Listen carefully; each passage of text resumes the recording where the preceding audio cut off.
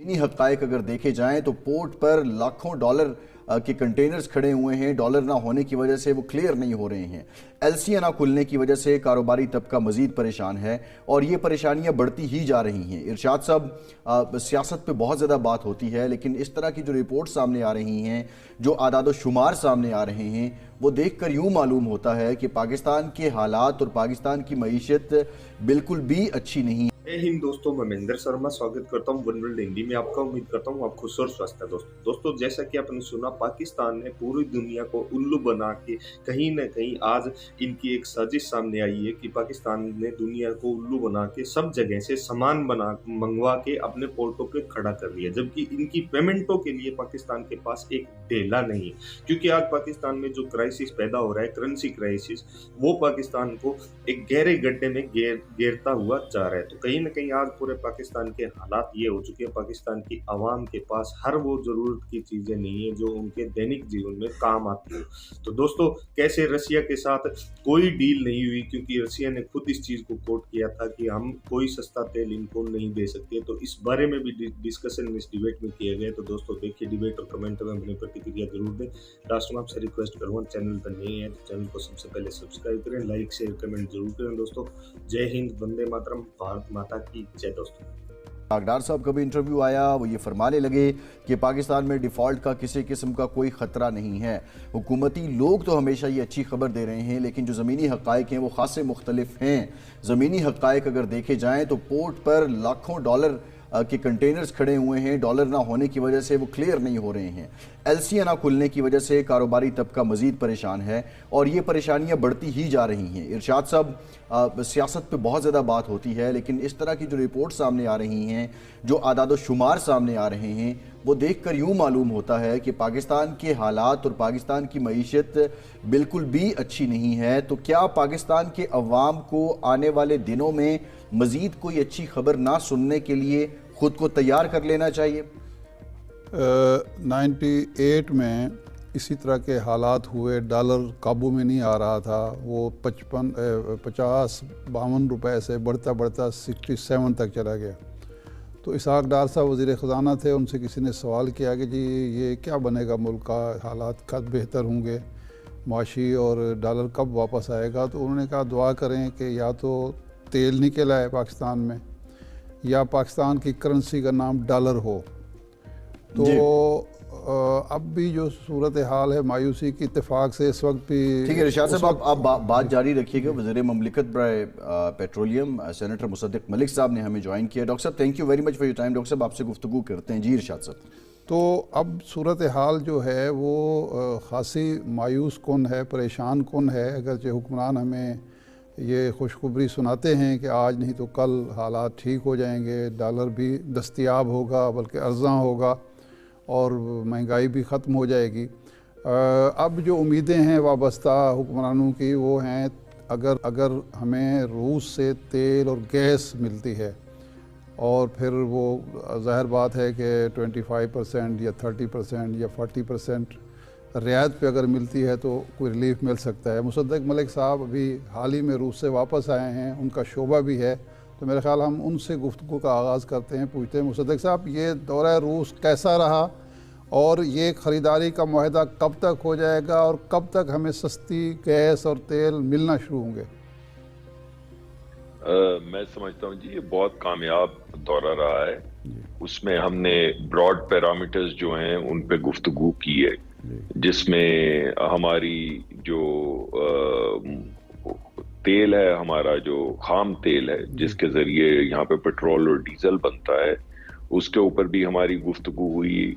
Diesel पे भी हुई, पेट्रोल पे भी हुई, LNG पे भी गुफ्तगू हुई। तो इंशाल्लाह ये रूस के जो वजीर हैं तवानाई के, वो इंशाल्लाह जनवरी में तशरीफ लाएंगे। उससे पहले सारा प्रेपरेटरी काम जो है वो शुरू हो चुका है। हम अब अपनी तैयारियां कर रहे हैं और जैसे ही उनका दौरा मुकम्मल होगा और जो हमारा बैनुल मुल्की जो हमारे कॉन्ट्रैक्ट्स हैं वो साइन हो जाएंगे इंशाल्लाह पहले क्वार्टर में अगले साल के।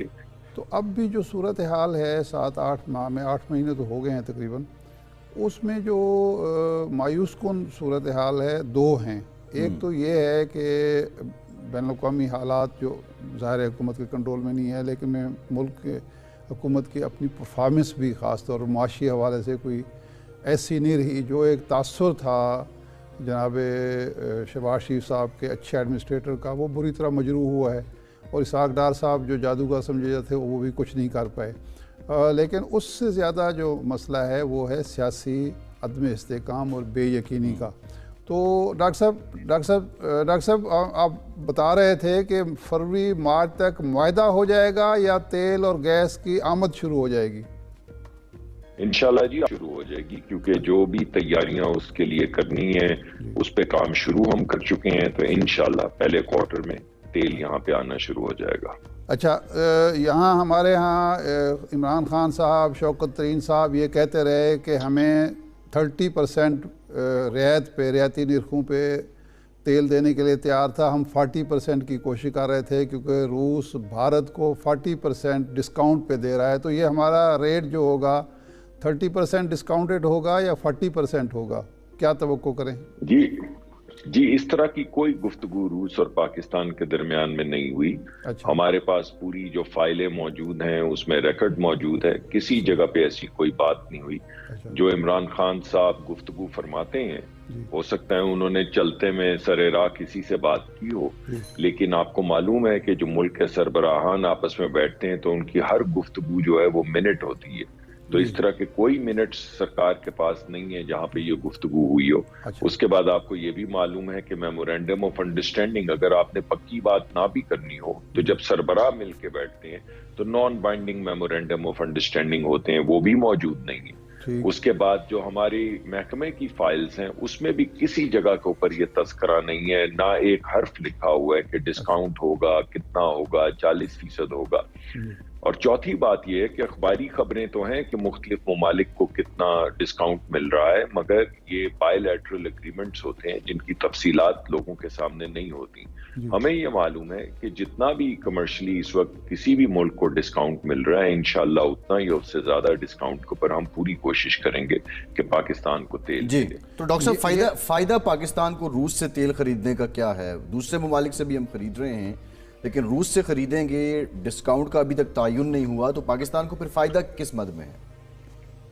دیکھیے نا، پہلی بات تو یہ ہے کہ اگر پاکستان کو ڈسکاؤنٹ ملے گا جس پہ گفتگو ہوئی ہے تو اس کا فائدہ ہوگا. اگر آپ کو 100 روپے کا تیل ملتا ہے اور آپ کو جتنا بھی ڈسکاؤنٹ ملے، اگر آپ کو سستا تیل مل جائے تو آپ کو کیوں فائدہ نہیں ہوگا؟ تو یہ تو بڑی سیدھی سی بات ہے. آپ جس چیز کا بات کر رہے ہیں وہ ایک غیر مناسب بات ہے کہ ابھی آپ پہلے سے کہتے ہیں ہمیں 40% یا 50% یا 100% ڈسکاؤنٹ ملے گا، جیسے کہ عمران خان صاحب کرتے رہے اور اس کا پھر خمیازہ بھی ہمیں بھگتنا پڑتا ہے اس طرح کی گفتگو کا. تو بہتر یہ ہے کہ تدبر کے ساتھ اور تھوڑی سی متانت کے ساتھ ہم چلیں اور ان سے گفتگو جاری رکھیں. جو ہماری بات ہوئی ہے کہ ہمیں ڈسکاؤنٹڈ وہ تیل اور اس سے ریلیٹڈ پروڈکٹس ملیں گی، اس پہ گفتگو کو آگے بڑھاتے چلے جائیں اور انشاءاللہ جتنا بھی ڈسکاؤنٹ ہمیں ملے گا اس کا ہمیں فائدہ ہوگا. بہرحال یہ جو ہے وہ بار بار گفتگو کر رہے ہیں، اس کا حکومت پاکستان کے پاس کوئی ریکارڈ نہیں ہے اور ہمیں روس سے بھی اس کا کوئی ریکارڈ نہیں ملا. اچھا ڈاکٹر صاحب یہ فرمائیں کہ اگر بالآخر روس سے ہی رجوع کرنا تھا تو یہ 8 ماہ کی تاخیر کیوں ہوئی؟ کیا کوئی رکاوٹ تھی؟ کوئی ریفائنریز کی طرف سے کوئی مسئلہ پیش آ رہا تھا یا روس سے کوئی رابطہ نہیں ہو رہا تھا؟ یہ 8 مہینے تاخیر سے کیوں ہوئی؟ اپریل، مئی، جون میں اگر ہو جاتا تو زیادہ بہتر نہیں تھا؟ جی میں نے آپ کو پہلے بھی آپ نے دیکھا وہ روس کے جو سفیر تھے ان کا ایک انٹرویو بھی آیا تھا جس میں انہوں نے بڑے صاف الفاظ میں کہا تھا کہ ہماری پاکستان سے کوئی ایسی بات نہیں ہوئی. کیونکہ پہلے تو وہی جو ہمارے ہاں ہوتا ہے کہ اخباروں میں چیزیں آ جاتی ہیں جن کا حقیقت سے کوئی تعلق بعض مرتبہ ہوتا ہے، بعض مرتبہ نہیں ہوتا، جس کا ہمیں نقصان اٹھانا پڑتا ہے. جب پاکستان کے وزیر اعظم یا پاکستان کے پرانے جو وزراء ہیں وہ کوئی ایسی بات کریں جو حقیقت میں گراؤنڈڈ نہ ہو تو اس کا فائدہ نہیں ہوتا، اس کا نقصان ہوتا ہے. جس کی وجہ سے میں بار بار کہہ رہا ہوں کہ ہمیں متانت سے کام کرنا چاہیے. تو پہلے تو یہ ہوا کہ پاکستان نے فالو اپ کیا جب روس کے ساتھ، تو انہوں نے کہا کہ ہم نے آپ سے پرائمریلی جو گفتگو کی ہے وہ پائپ لائن کی की है तो हमसे पाइपलाइन की बात करें। अच्छा। ये गुफ्तगू, उसके बाद यहाँ के जो पाक सफीर हैं उन्होंने एक ज़ाती इंटरव्यू में भी ये कह दिया कि हमारी इस मामले पे कोई बात नहीं हुई। फिर जब हमने हमारे पाकिस्तान के जो सफीर हैं उन्होंने वहाँ पे जब बात बढ़ाई वजारत तवानाई में, तो उन्होंने भी कहा कि हमारी तो ज्यादा गुफ्तगू जो है वो पाइपलाइन के हवाले से हुई थी। अच्छा। तो उसमें थोड़ा सा वक्त ज़ाया हुआ। फिर जो ममालिक के दरमियान के मामलात हैं उनको आगे बढ़ाने के लिए आपको थोड़ा वक्त लगता है ना, ऐसे थोड़ी होता है कि आप जहाज में बैठ के चले जाएं और मामलात तय करने।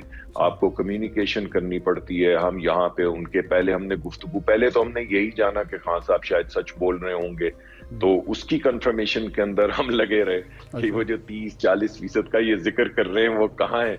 जब वो नहीं निकली तो फिर नए सिरे से बातचीत शुरू की।